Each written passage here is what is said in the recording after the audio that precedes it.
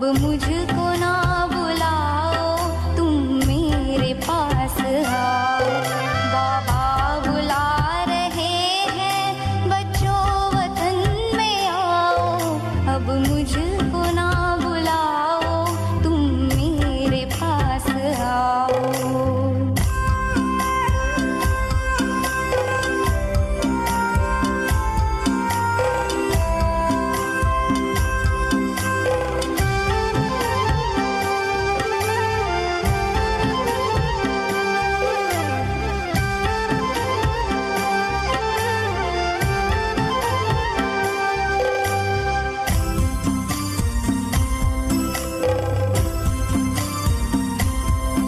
दुखियों की चीत्कारें क्या तुम तलक न आई? क्या भक्तों की पुकारें पड़ती नहीं सुनाई?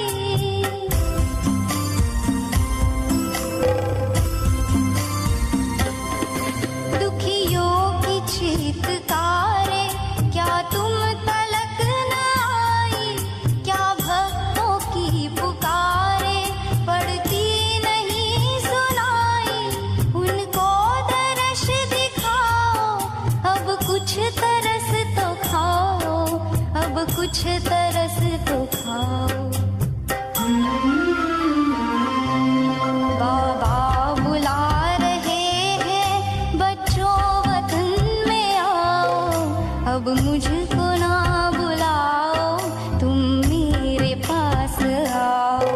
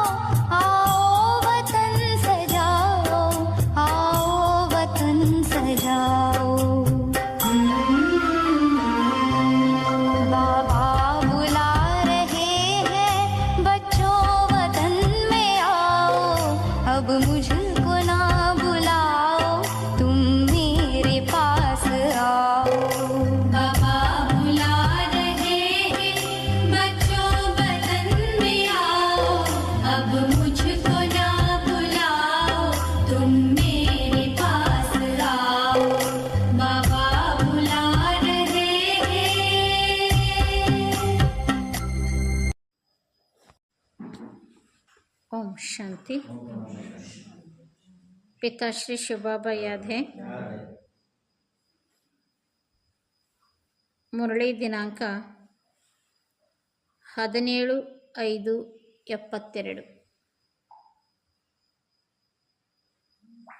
ಸಂಘಟನೆ ಎನ್ನುವ ಕೋಟೆಯನ್ನು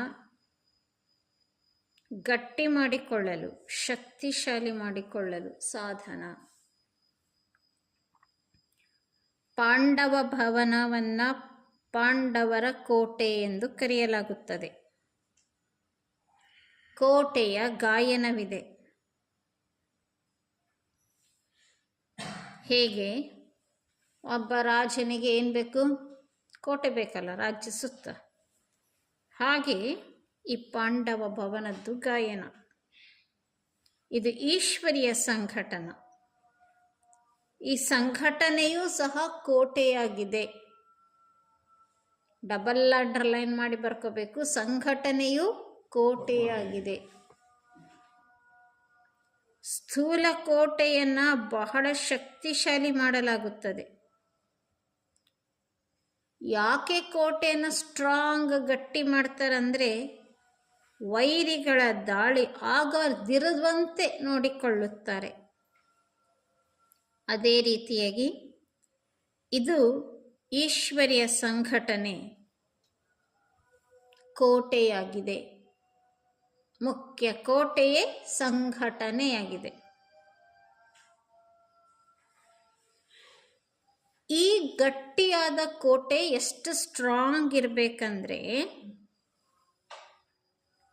ಯಾವುದೇ ವಿಕಾರ ಎನ್ನುವ ವೈರಿ ಇದರ ಮೇಲೆ ದಾಳಿ ಮಾಡಬಾರದು. ಆ ಕೋಟೆಗೆ ಅಕ್ಕಪಕ್ಕ ನೇಬರ್ಸ್ ಎಲ್ಲ ವಾರ್ ಮಾಡ್ತಾರೆ.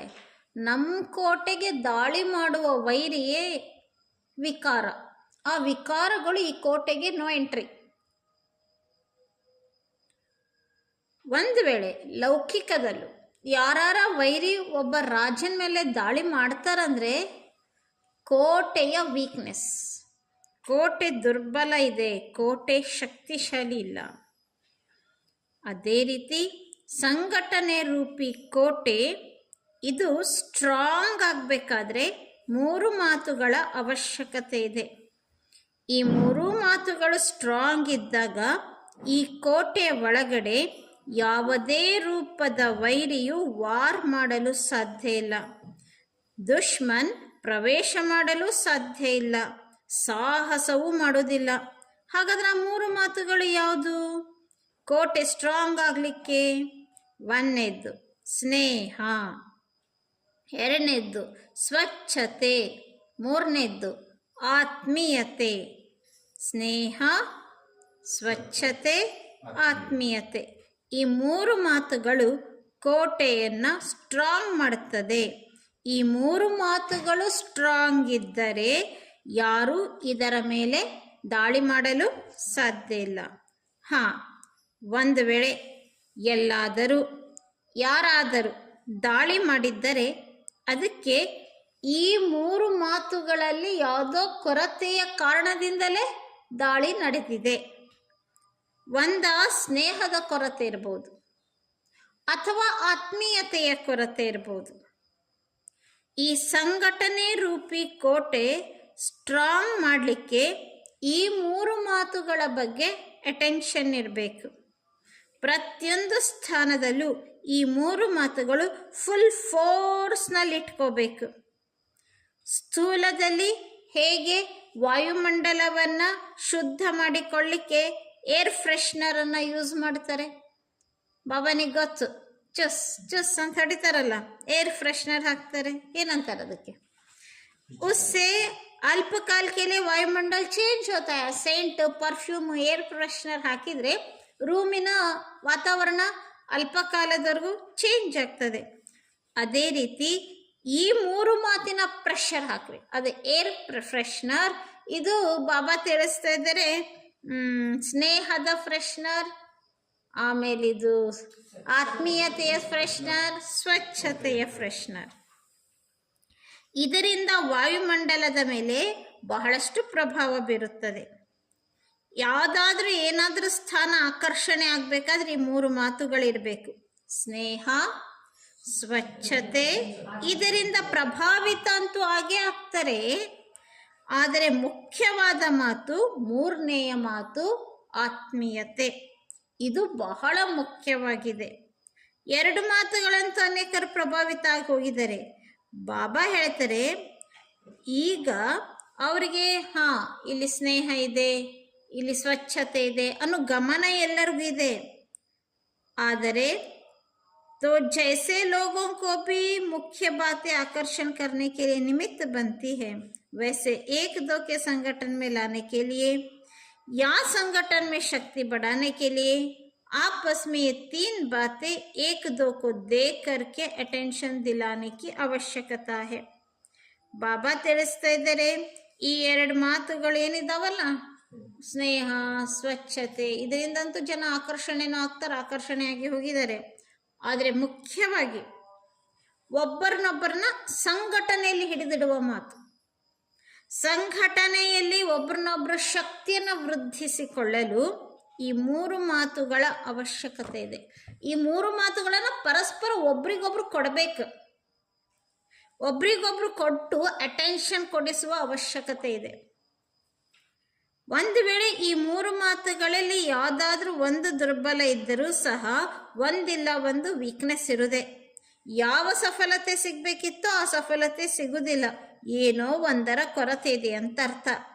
ಆದ್ದರಿಂದ ಈ ಮೂರು ಮಾತುಗಳ ಗಮನ ಕೊಡಬೇಕು. ಯಾವ್ದ್ಯಾವುದು? ಸ್ನೇಹ, ಸ್ವಚ್ಛತೆ, ಆತ್ಮೀಯತೆ. ಕೋಟೆಯ ಸ್ಟ್ರಾಂಗ್ನೆಸ್ ಇರುವುದೇ ಒಬ್ಬರೊಬ್ಬರ ಸಂಘಟನೆ, ಒಬ್ರದೊಬ್ರದ್ದು ಬೈಂಡಿಂಗ್ ಚೆನ್ನಾಗಿರ್ಬೇಕು. ಇದು ಇಂಪಾರ್ಟೆಂಟ್. ಕೋಟೆನೂ ಆಳವಾಗಿರಬೇಕು, ಸ್ಟ್ರಾಂಗ್ ಇರಬೇಕು. ಹಾಗೆ ಈ ಕೋಟೆ ಸ್ಟ್ರಾಂಗ್ ಇರಬೇಕಂದ್ರೆ ಸಂಘಟನೆಯಲ್ಲಿ ಒಬ್ರದೊಬ್ರು ಬೈಂಡಿಂಗ್ ಚೆನ್ನಾಗಿರ್ಬೇಕು. ಒಂದು ವೇಳೆ ಕೋಟೆಯಲ್ಲಿ, ಆ ಗೋಡೆಯಲ್ಲಿ ಸ್ಟ್ರಾಂಗ್ ಇಟ್ಟಿಗೆ, ಸ್ಟ್ರಾಂಗ್ ಸಿಮೆಂಟ್, ಸ್ಟ್ರಾಂಗ್ ಎಲ್ಲ ತಗೊಂಡು ಕಬ್ಬಣ ಹಾಕಿ ಯೂಸ್ ಮಾಡಿ ಕಟ್ಟಾರೆ. ನಡುವೇನಾಗೈತಂದ್ರೆ ಒಂದು ಇಟ್ಟಿಗೆ ಇಟ್ಟಿಲ್ಲ ಅಷ್ಟೆ, ಒಂದು ಕಲ್ಲಿಟ್ಟಿಲ್ಲ. ಆ ಕಲ್ಲಿನ ಸಹಯೋಗ ಇರುವ ಕಾರಣದಿಂದ ಕೋಟೆ ಸೇಫ್ ಇರುವುದಿಲ್ಲ.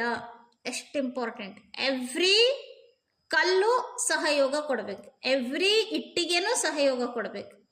ಸಂಘಟನೆಯ ಬೈಂಡಿಂಗ್ ಏನು? ನಾ ಸಂಘಟನೆಯಲ್ಲಿ ಇದ್ದೀನಿ ಅನ್ಲಿಕ್ಕೆ ಪ್ರೂಫ್ ಏನು? ನನ್ನ ಸಹಯೋಗ ಯಜ್ಞಕ್ಕೆ ತಲುಪ್ತಿರ್ಬೇಕು, ನನ್ನ ಸಹಯೋಗ ಈ ಈಶ್ವರ್ಯ ಕೋಟೆಗೆ, ಸಂಘಟನೆಗೆ ತಲುಪ್ತಿರ್ಬೇಕು. ಅವಾಗ ನಾನು ಸಹಯೋಗಿ, ಅವಾಗ ನಾನು ಗಟ್ಟೆ ನಿಟ್ಟಿಗೆ ಅಂತ. ಒಂದು ಇಟ್ಟಿಗೆ ಸಹಯೋಗ ಕೊಡ್ತಾ ಇಲ್ಲ ಅಂದ್ರೂ ಬಾಬಾ ತಿಳಿಸ್ತಾ ಇದ್ದಾರೆ, ಅದು ಸೇಫ್ ಅಲ್ಲ. ಕೋಟೆಯಲ್ಲಿ ವೀಕ್ನೆಸ್ ಬಂದ್ಬಿಡ್ತದೆ. भले कहने में एक ईंट की कमी है, लेकिन कमजोरी चारों ओर फैलती है. ಒಂದು ಇಟ್ಟಿಗೆ ಕೊರತೆ ಇದೆ ಅಷ್ಟೇ. ಎಲ್ಲ ಎಷ್ಟು ದೊಡ್ಡ ಕೋಟೆ ನೋಡ್ರಿ, ಎಲ್ಲ ಇಟ್ಟಿಗೆಗಳು ಎಷ್ಟು ಸ್ಟ್ರಾಂಗ್. ಇದು ಒಂದು ಅಲ್ಗಾಡಕತ್ತೈತಿ ಅಥವಾ ಇದು ಒಂದು ಖಾಲಿ ಐತಿ. ಒಂದು ಇಟ್ಟಿಗೆ ಖಾಲಿ ಇದ್ರೂ ಆ ವೀಕ್ನೆಸ್ ನಾಲ್ಕು ಕಡೆ ಸುತ್ತಮುತ್ತ ಅದು ಅಟ್ರಾಕ್ಟ್ ಮಾಡ್ತಾ, ಜಮಾ ಮಾಡ್ತಾ ಆ ಅಸಹಯೋಗವನ್ನು ಹರಡಿಸ್ಬಿಡ್ತದೆ.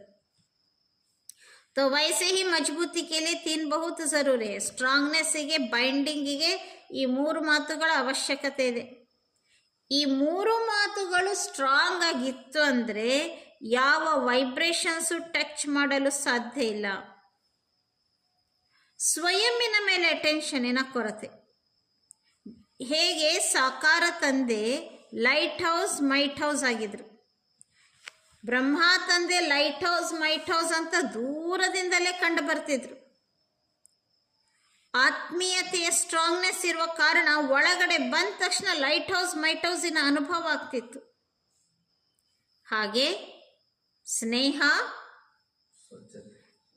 ಹೊರಗಿನ ರೂಪದಲ್ಲಿ ಸ್ವಚ್ಛತೆ, ಆತ್ಮೀಯತೆ ಅಥವಾ ಅಲೌಕಿಕತೆ ಕಂಡು ಬರಬೇಕು, ಪ್ರತ್ಯಕ್ಷ ಆಗ್ಬೇಕು. ಆಗ ಜೈ ಜೈಕಾರ ಆಗ್ತದೆ. ನಾಟಕದ ಅನುಸಾರವಾಗಿ ಹೇಗೆಲ್ಲ ನಡೀತಾ ಇದೆ ಅದು ಯಥಾರ್ಥವಾಗಿಯೇ ನಡೀತಾ ಇದೆ. ಆದರೆ ಇದರ ಜೊತೆಗೆ ಶಕ್ತಿ ರೂಪವನ್ನು ಧಾರಣೆ ಮಾಡಬೇಕು. ಈ ಅಲೌಕಿಕತೆ ಅವಶ್ಯಕವಾಗಿರ್ಬೇಕು. ಯಾವ ರೂಪ? ಶಕ್ತಿ ರೂಪ. ये स्थान अन्य स्थानों से भिन्न है. ಇಲ್ಲಿ ಬಂದವ್ರಿಗೆ ಏನು ಅನ್ನಿಸ್ಬೇಕು? ಈ ಸ್ಥಾನ ಅನ್ಯ ಸ್ಥಾನಕ್ಕಿಂತ ಭಿನ್ನವಾಗಿದೆ. ಸ್ವಚ್ಛತೆ ಮತ್ತು ಸ್ನೇಹ ಜಗತ್ತಿನಲ್ಲೂ ಸಿಗ್ತದೆ. ಸ್ವಚ್ಛತೆ ಮತ್ತು ಸ್ನೇಹ ಅಲ್ಪಕಾಲದವರೆಗೂ ಜಗತ್ತಿನಲ್ಲೂ ಸಿಗ್ತದೆ. ಆದ್ರೆ ಆತ್ಮೀಯತೆ ಇರ್ಬೇಕು. ಈಶ್ವರಿಯ ಕಾರ್ಯ ನಡೀತಾ ಇದೆ. ಇದು ಸಾಧಾರಣ ಮಾತಲ್ಲ, ಇದು ಏನೋ ಒಂದು ಈಶ್ವರಿಯ ಕಾರ್ಯ ನಡೀತಾ ಇದೆ ಅನ್ನೋದು ಪ್ರತ್ಯಕ್ಷಪಡಿಸುವುದೇ ಆತ್ಮೀಯತೆಯಿಂದ. ಈ ಅನುಭವ ಇಲ್ಲಿ ಬಂದಾಗ ಮಾಡಬೇಕು. ಆ ಅನುಭವ ಇಲ್ಲಿ ಬಂದಾಗ ಆಗ್ತದೆ. ಯಾವಾಗ ಆಗ್ತದೆ? ಅಲೌಕಿಕ ನಶೆಯಲ್ಲಿದ್ದು ನಿಶಾನ ಲಗಾಂಗೆ. ಅವರಿಗೆ ನಾವು ಅಲೌಕಿಕ ನಶೆಯಲ್ಲಿದ್ದು ಯಾವಾಗ ವೈಬ್ರೇಷನ್ಸ್ ನಿಶಾನ ಹರಡಿಸ್ತೀವೋ ಆವಾಗ ಅವ್ರಿಗೆ ಇಲ್ಲಿ ಈಶ್ವರ್ಯ ಕಾರ್ಯ ನಡೀತಾ ಇದೆ ಅಂತ ಅನಿಸ್ತದೆ. ಯಾ ಲಕ್ಷ್ಯ ಜರೂರ್ ರಖನಾ ಹೈ. ನಮ್ಮ ಚರಿತ್ರೆಯ ಮೂಲಕ, ನಮ್ಮ ನಡತೆಯ ಮೂಲಕ, ನಮ್ಮ ವಾಣಿಯ ಮೂಲಕ, ವೃತ್ತಿಯ ಮೂಲಕ, ವಾಯುಮಂಡಲಿನ ಮೂಲಕ, ಎಲ್ಲ ಪ್ರಕಾರದ ಸಾಧನದಿಂದ ಬಾಬನಿಗೆ ಪ್ರಾಕ್ಟಿಕಲ್ ಪಾರ್ಟ್, ಪ್ರತ್ಯಕ್ಷತೆಯ ಅವತರಣ ಭೂಮಿಯಲ್ಲಿ ಪ್ರತ್ಯಕ್ಷವಾಗಬೇಕು ಅಂತಾರೆ ಬಾಬಾ. ಭಗವಂತ ಬಂದಾನೆ, ಇದು ಅವತರಣ ಭೂಮಿ ಅಂತ ಪ್ರತ್ಯಕ್ಷ ಯಾವ್ದ್ಯಾವ್ದ್ರಿಂದ ಆಗ್ತದೆ? ನಮ್ಮ ಚರಿತ್ರೆಯ ಮೂಲಕ, ನಮ್ಮ ನಡತೆಯ ಮೂಲಕ, ನಮ್ಮ ವಾಣಿಯ ಮೂಲಕ, ನಮ್ಮ ವೃತ್ತಿಯ ಮೂಲಕ, ವಾಯುಮಂಡಲದ ಮೂಲಕ, ಈ ಎಲ್ಲ ಪ್ರಕಾರದ ಸಾಧನದಿಂದ ತಂದೆಯ ಪ್ರಾಕ್ಟಿಕಲ್ ಪಾತ್ರ ಇಲ್ಲಿ ಪ್ರತ್ಯಕ್ಷವಾಗಿ ನಡೀತಾ ಇದೆ. ಇದು ಪರಮಾತ್ಮನ ಅವತರಣಾ ಭೂಮಿ ಎನ್ನುವಂಥ ಪ್ರತ್ಯಕ್ಷತೆ ದೊರೆಯುತ್ತದೆ. ಆದರೆ ನಾವು ಧಾರಣೆ ಮಾಡ್ಕೋಬೇಕಾಗಿದ್ದು ಸ್ನೇಹ, ಸ್ವಚ್ಛತೆ. ಇದರ ಪ್ರಶಂಸೆ ಎಲ್ಲರೂ ಮಾಡ್ತಾರೆ. ಚಿಕ್ಕ ಪುಟ್ಟ ಸ್ಥಾನಗಳಲ್ಲೂ ಸಹ ಇದರ ಪ್ರಭಾವ ಆಗ್ತದೆ. ಆದರೆ ಇದುವೇ ಕರ್ಮಭೂಮಿ, ಇದೇ ಭಗವಂತನ ಅವತರಣಾ ಭೂಮಿ, ಇದೇ ಭಗವಂತನ ಚರಿತ್ರ ಭೂಮಿ. ಇದನ್ನ ವಿಶೇಷವಾಗಿ ಅನುಭವ ಮಾಡಿಸ್ಬೇಕು. ಹೇಗೆ? ಯಾರಿಗಾರ ಮುತ್ತಿಗೆ ಹಾಕಬೇಕಾದ್ರೆ 4 ಕಡೆಯಿಂದ ಮುತ್ತಿಗೆ ಹಾಕ್ತಾರೆ. सबको अपने आकर्षित करने के लिए तो बाप के साथ स्नेह में भी समीप लाने की पॉइंट्स का घेराव डालो. ತಂದೆಯ ಜೊತೆಗೆ ಸ್ನೇಹದಲ್ಲಿ ಸಮೀಪದಲ್ಲಿ ಬರುವಂತ ಪಾಯಿಂಟ್ಸಿನ घेराव ಮುತ್ತಿಗೆ ಹಾಕಬೇಕು. इसके लिए विशेष इस भूमि पर संपर्क में आने वालों को ಸಂಬಂಧ में समीप लाना चाहिए. ಸಂಪರ್ಕದಲ್ಲಿ ಬಂದಿರ್ತಾರಲ್ಲ ಅವ್ರನ್ನ ಸಮೀಪಕ್ಕೆ ಕರ್ಕೋಬೇಕು. ಸಂಬಂಧದಲ್ಲಿ ಬಂದವ್ರನ್ನ ಅಲ್ಲ, ಸಂಪರ್ಕದಲ್ಲಿ ಬಂದವ್ರನ್ನ ಬರೀ ಸಂಪರ್ಕಕ್ಕಷ್ಟೇ ಇರಬಾರ್ದು, ಅವ್ರನ್ನ ಸಮೀಪಕ್ಕೆ ಕರ್ಕೋಬೇಕು. ಯಾರು ಸಂಪರ್ಕದಲ್ಲಿ ಬರ್ತಾರೋ ಅವ್ರ ಸಂಬಂಧದಲ್ಲಿ ಸಮೀಪ ಬರ್ತಾರೆ. ಎಲ್ಲ ಕಡೆಗೂ ಈ ಆವಾಜ್ ಹರಡಬೇಕು. चारों ओर यही वायुमंडल उनको भले देता है. इसके लिए 3 बातों की आवश्यकता है. ಎಲ್ಲ ಕಡೆ ಆವಾಜ್ ಹರಡಬೇಕಾದ್ರೆ, 4 ಕಡೆ ಈ ವಾಯುಮಂಡಲ ಎಲ್ಲರಿಗೂ ಅನುಭವ ಮಾಡಿಸ್ಬೇಕಾದ್ರೆ ಈ 3 ಮಾತುಗಳ ಅವಶ್ಯಕತೆ ಇದೆ. ಯಾವ 3 ಮಾತು? अब तक जो हुआ वो तो ठीक कहेंगे, ठीक हुआ, अच्छा तो सभी होता है. ಇಷ್ಟು ದಿನ ಹೆಂಗಿತ್ತೋ ಇತ್ತೋ, ಯಾವುದು ಕೆಟ್ಟದಾತನಕ್ಕೆ ಆಗಂಗಿಲ್ಲ, ಆಗುದೆಲ್ಲವೂ ಒಳ್ಳೆಯದಕ್ಕೇನೆ ಆಗಿದೆ. ಈಗಿನ ಸ್ಥಿತಿಯ ಪ್ರಮಾಣ ಅಬ್ ಹೋನಾ ಚಾಹಿಯೆ ಅಚ್ಚೆ ಸೆ ಅಚ್ಚ. ಇಷ್ಟು ದಿನ ಹೆಂಗೆ ನಡ್ಕೊಂಡು ಬಂತಲ್ಲ, ಅಚ್ಚ ನಡೀತು. ಇನ್ಮೇಲೆ ಅಚ್ಚೆ ಸೆ ಅಚ್ಚ ನಡಿಬೇಕು. ಇಷ್ಟು ದಿನ ಹೆಂಗೆ ನಡೀತು, ಇನ್ಮೇಲೆ ಹೆಂಗೆ ನಡಿಬೇಕು? ಜಬ್ಕಿ ಚಾಲೆಂಜ್ ಕರ್ತೆ ಹೋ. ಈಗ ಚಾಲೆಂಜ್ ಮಾಡಿಬಿಟ್ಟಿವಿ, ಇನ್ನು ನೋಡ್ರಿ 4 ವರ್ಷಕ್ಕೆ ಜಗತ್ತು ವಿನಾಶ ಆಗ್ಬಿಡ್ತದೆ ಅಂತ ಚಾಲೆಂಜ್ ಮಾಡ್ತೀವಿ, ಜ್ವಾಲೆ ಹತ್ತದ ಅಂತ ಹೇಳ್ತೀವಿ. ಅಂದಮೇಲೆ ಸ್ಥಾಪನೆ ಅವಶ್ಯ ಆಗ್ಬೇಕಲ್ಲ. ವಿನಾಶ ಏನಾಗುದು ಲೇಟಾ? ತಂದೆಯ ಪ್ರತ್ಯಕ್ಷತೆ ಎಲ್ಲ ಕಡೆ ಆಗ್ಬೇಕಲ್ಲ. कमाल है यह जो विस्तार द्वारा बीज को प्रकट करे, विस्तार में बीज को गुप्त कर देते हैं. ಬಾಬಾ ತಿಳಿಸಿದ್ರೆ ವಿಸ್ತಾರ ದಲ್ಲಿ ಬೀಜ ಗುಪ್ತ ಮಾಡಿಬಿಡ್ತಾರೆ ಮಕ್ಕಳು. ವಿಸ್ತಾರದ ಮೂಲಕ ಬೀಜ ಪ್ರಕಟ ಆಗುವುದೇ ದೊಡ್ಡ ಕಮಾಲ್. ಈಗ ವೃಕ್ಷವು ಅಂತಿಮ ಸ್ಟೇಜ್ನಲ್ಲಿದೆ. मध्य में गुप्त होता है, अंततः गुप्त नहीं रह सकता. अति विस्तार के बाद आखिरी बीज ही प्रत्यक्ष होना है. ವೃಕ್ಷ ಬೆಳೆದು ಬೆಳೆದು ಬೆಳೆದು ಬೆಳೆದು ಬೆಳೆದು ಮಧ್ಯದಲ್ಲಿ ಬೀಜ ಗುಪ್ತ ಆಗಿರ್ತದೆ. ಬೆಳೆದು ಬೆಳೆದು ಬೆಳೆದು ಬೆಳೆದು ಲಾಸ್ಟ್ ವೃಕ್ಷದ ಕೊನೆ ಪಾಯಿಂಟ್ ಏನಪ್ಪ ಅಂದ್ರೆ ಮತ್ತೆ ಬೀಜ ಅಂತಿಮದಲ್ಲಿ ಪ್ರತ್ಯಕ್ಷ ಆಗ್ತದೆ ಅಂತಾರೆ ಬಾಬಾ. मनुष्य आत्माओं की यह नेचर होती है जो वैरायटी में आकर्षित अधिक होती है. ಮನುಷ್ಯರಲ್ಲಿ ಏನಪ್ಪ ನೇಚರ್ ಅಂದರೆ ಎಲ್ಲಿ ವೆರೈಟಿ ಇದೆಯೋ ಅಲ್ಲಿ ಅಟ್ರಾಕ್ಟ್ ಆಗ್ತಾರೆ. ವಿವಿಧತೆ, ಏಕತೆ, ಮೊನೋಟೋನಸ್ ಇದ್ರೆ ಅವ್ರಿಗೆ ಅಷ್ಟು ಅಟ್ರಾಕ್ಷನ್ ಇರಲ್ಲ. ವಿವಿಧತೆ. आप लोग किसके लिए निमित्त बने हो? सभी आत्माओं को वैरायटी व विस्तार के आकर्षण से अटेंशन निकलवाए बीज तरफ आकर्षण करना. ಅವ್ರದೆಲ್ಲ ವೃಕ್ಷದ ಎಲೆ, ರೆಂಬೆ, ಟೊಂಗೆ, ಹಣ್ಣು, ಹೂವು, ಕಾಯಿ ಜೋತು ಬಿದ್ದು ಬಿಟ್ಟಾರೆ. ಆದ್ರೆ ನಮ್ಮ ಡ್ಯೂಟಿ ಏನು? ಎಲ್ಲರ ಆಕರ್ಷಣೆ ಬೀಜದ ಕಡೆ ಮಾಡಬೇಕು. ಅವ್ರಿಗೆ ವೆರೈಟಿ ಕಡೆ ಜೋತು ಬೀಳುವ ಆಕರ್ಷಣೆ. ಆದ್ರೆ ನಾವೀಗ ಅವರ ಆಕರ್ಷಣೆಯನ್ನೇ ಚೇಂಜ್ ಮಾಡಿ ಬೀಜದ ಕಡೆ ಆಕರ್ಷಣೆ ಮಾಡಬೇಕಂದ್ರೆ ಎಷ್ಟು ಪುರುಷಾರ್ಥ ಮಾಡಬೇಕು. ಅವರಿಗೆ ಆ ವಿಸ್ತಾರದ ಆಕರ್ಷಣೆಯನ್ನು ಕಿತ್ತಾಕಿ ಈ ಬಣ್ಣ ಬಣ್ಣ ಜಗತ್ತು, ಬಣ್ಣ ಬಣ್ಣ ಸಾಧಕರು, ಬಣ್ಣ ಬಣ್ಣ ಸಾಧನೆಗಳು, ಬಣ್ಣ ಬಣ್ಣ ದೇಹದಾರಿಗಳ ಕಡೆ ಆಕರ್ಷಣೆ ಬಿಟ್ಟು ಕೇವಲ ಬೀಜದ ಕಡೆ ಆಕರ್ಷಿತ ಮಾಡಬೇಕು. ಅಚ್ಚ, ಸ್ವಚ್ಛತೆ, ಸ್ನೇಹ, ಆತ್ಮೀಯತೆ, ಇವು ಮೂರು ಜೊತೆಗಿರಬೇಕು. ಇವು ಮೂರು ಏರ್ ಫ್ರೆಶ್ನರ್. ಬಾಬಾ ಹೇಳ್ತಾರೆ ಈ ಆತ್ಮೀಯತೆಯಿಂದಲೇ ಭಗವಂತನ ಪ್ರತ್ಯಕ್ಷತೆ ಆಗ್ತದೆ. ಇದು ಇಲ್ದಿದ್ರೆ ಯಾವ ಸಫಲತೆ ಸಿಗಬೇಕಿತ್ತು ಆ ಸಫಲತೆ ಸಿಗುವುದಿಲ್ಲ. ಬ್ರಹ್ಮ ಬಾಬಾ ನೋಡ್ರಿ ಏನು ಮಾಡಿದ್ರು. ಬ್ರಹ್ಮ ಬಾಬಾ ಲೈಟ್ ಹೌಸ್, ಮೈಟ್ ಹೌಸ್.